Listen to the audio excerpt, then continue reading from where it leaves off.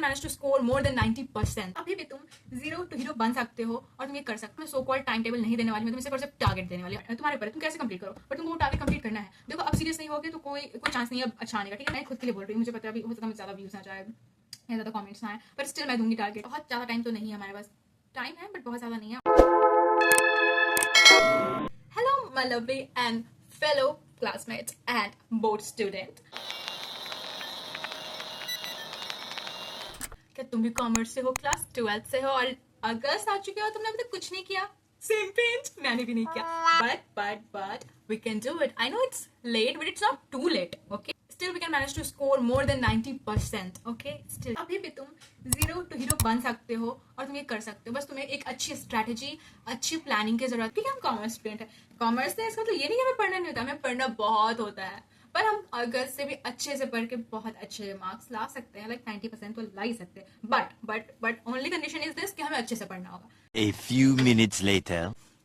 अब मैं तुमको बताती हूँ क्या। एक्चुअली देखो मेरा भी ठीक से भी चल नहीं रहा है, बट मैंने इतना करके रखा है कि मेरे सारे के सारे लेक्चर्स कंप्लीट है, सारे के सारे नोट्स कंप्लीट है और कुछ बस तो याद भी है, ठीक है। बस थोड़े मेरे मान लो कि एक दो चैप्टर्स है जो याद है अच्छे से, ये मान के ऐसे चलो।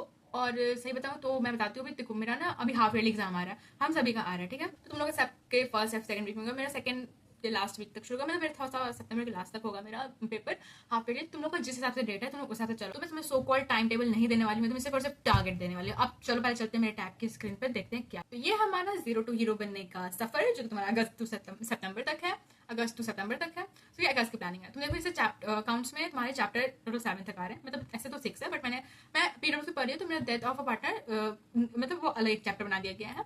ऐसे तो वो रिटायरमेंट में ही आता है, तो मेरा भी रिटायरमेंट चल रहा है, 2-3 दिन में खत्म हो जाएगा वो। उसके बाद डेथ ऑफ अ पार्टनर शुरू होगा, उसके बाद डेथ ऑफ अ पार्टनर शुरू होगा, उसके बाद 7 चैप्टर। और बीएसटी में टोटल 8 चैप्टर तो आने ही आने हैं। इसमें से मेरा 1 चैप्टर याद है और सारे क्वेश्चन के डन है, सेकंड नहीं याद है और बाकी सब याद ही नहीं है। और अभी मेरा डायरेक्टिंग चल रहा है और कंट्रोलिंग अभी बाकी है, बट कंट्रोलिंग में 2 दिन, मतलब मेरा कंट्रोलिंग तुम्हारा अगस्त 10-12 अगस्त तक खत्म हो जाएगा ये भी। फिर इंडियन इकोनॉमिक डेवलपमेंट आता है, मैंने इसमें सारे के सारे चैप्टर रखे हैं।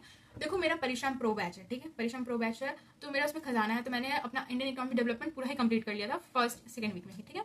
मतलब स्टडी के मंथ में मैंने पूरा कंप्लीट कर लिया, सिर्फ नोट्स बना के और समझ के रख लिया था, मैंने कुछ याद नहीं किया। अब तुम्हारे जहाँ तक वो सिलेबस में आ रहा है तुम उसको कर सकते हो, लाइक तुम्हारा चैप्टर 3 तक आ रहा है, चैप्टर 4 तक आ रहा है तुम्हारे स्कूल में, तुम वहाँ तक करो। मैं इस बार पूरा करने वाला हूँ, मैं अगस्त में वही पूरा कर लूंगी। और जहाँ से भी तुम्हारा आ रहा है उसके बाद तो अपना माइक्रो इकोनॉमिक्स पढ़ना शुरू कर दोगे।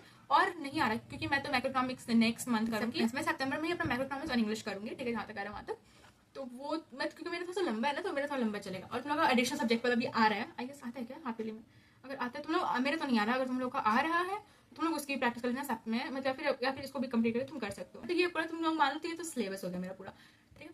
तो अब चलते हैं, तो ये तो था पूरा सिलेबस हमारा जो आने वाला है। ये तो मतलब हाँ, दो सब्जेक्ट और 1 का हाफ मान लो। मैक्रो इकोनॉमिक्स तुम शुरू कर सकते हो, जहाँ पे तुम्हारा इंडियन इकोनॉमिक डेवलपमेंट हुआ है उसके बाद से तो मैक्रो इकोनॉमिक्स शुरू कर सकते हो। बट मैं मैक्रो नेक्स्ट मंथ शुरू करूँगी, विच इज सितंबर। कभी मैं सिर्फ उसके लेक्चर्स करूँगी और उसके नोट्स ही कंप्लीट करते रहूँगी पूरे अगस्त में।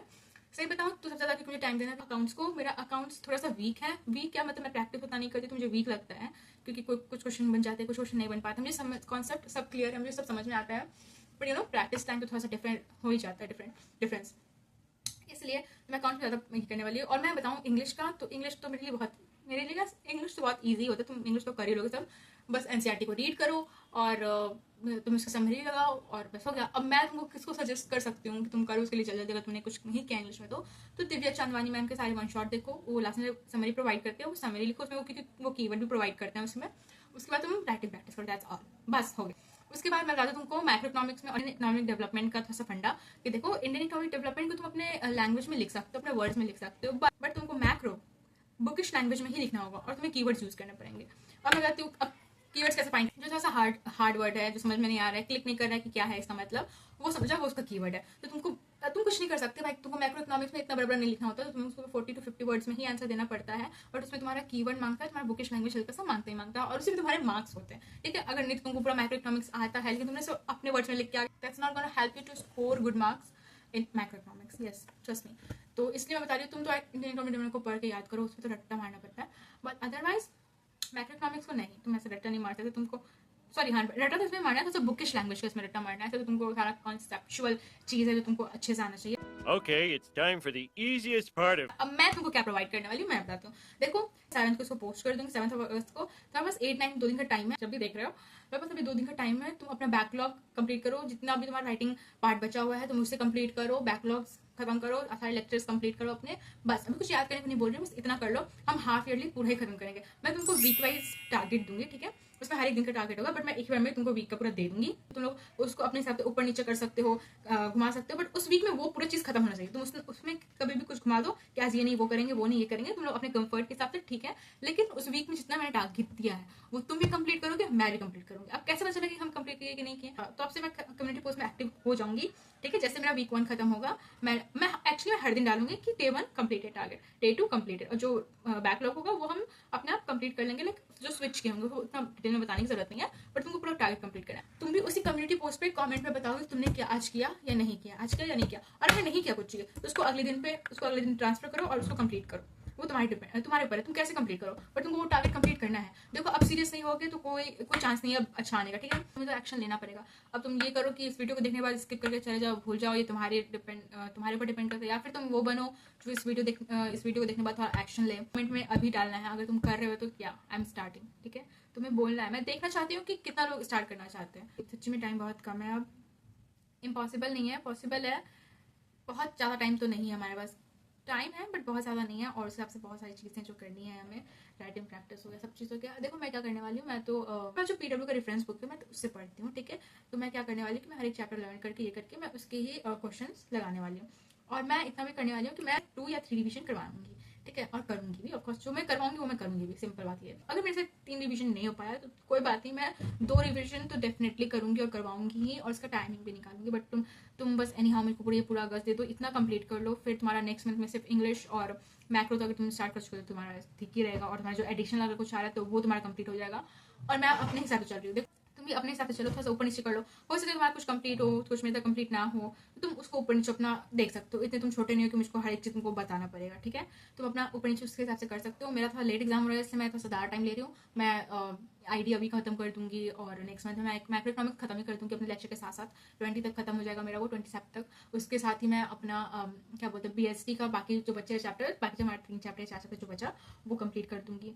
ये सब हो गया कि जो मैं नेक्स्ट टाइम करने वाली हूँ। और इंग्लिश का सही बताऊँ मैं तो अभी जितना एग्जाम है मैं उतना करूँगी, उसके बाद मैं कुछ खास नहीं करने वाली हूँ, क्योंकि मैं सिर्फ लेक्चर करूँगी, 1 शॉट एंड समरी बनाऊंगी। एंड उसको मैं अभी सिर्फ क्या करती हूँ, NCERT को रीड करती हूँ 2-3 बार, ठीक है? और लेक्चर देखती हूँ, उसकी समरी करती हूँ, बस।